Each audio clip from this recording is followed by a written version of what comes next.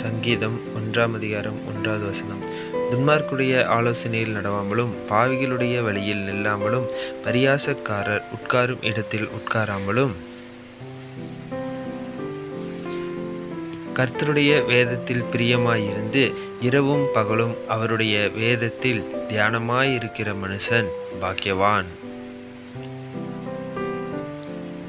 அவன் நீர்க்கால்களின் ஓரமாய் நடப்பட்டு தன் காலத்தில் தன் கனியை தந்து இலையுதிராதிருக்கிற மரத்தைப் போல் இருப்பான். அவன் செய்வதெல்லாம் வாய்க்கும்.